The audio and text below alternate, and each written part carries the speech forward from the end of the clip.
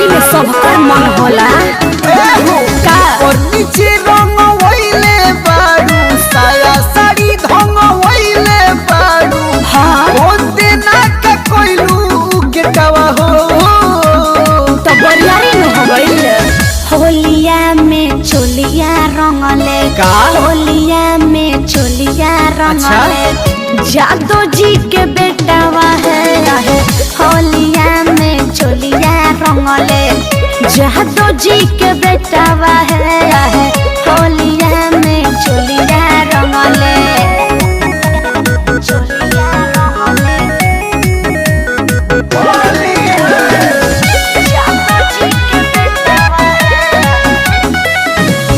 भागे नहीं पैनी रहेलई कौन के टोली तब काहे खेले खातिर चल गइलू होली।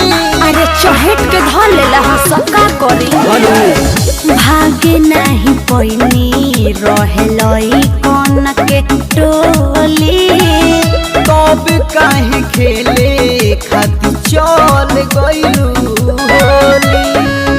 लाल लाल कोइलू सेटवा हो होलिया में चोलिया रंगले होलिया में चोलिया रंगले जादो जी के बेटावा है होलिया में चोलिया रंगले जादो जी के बेटावा है होलिया में चोलिया रंगले अरे हाँ जादो जी के बेटावा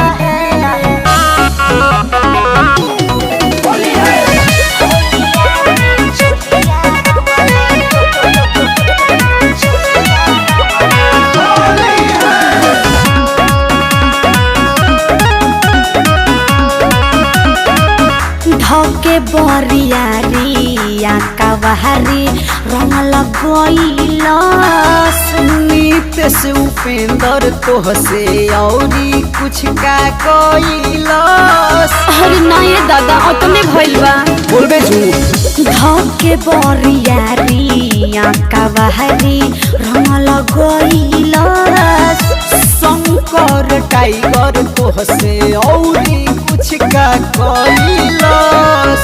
मिट्टू के देखइलू गिठवा हो होलिया में चोलिया रंगले होलिया में चोलिया रंगले जादो जी के बेटावा है होलिया में चोलिया रंगले जादो जी के बेटावा है होलिया में चोलिया रंगले अरे राजा सब तो तोहरे हो आवत तनी तू डाल लो।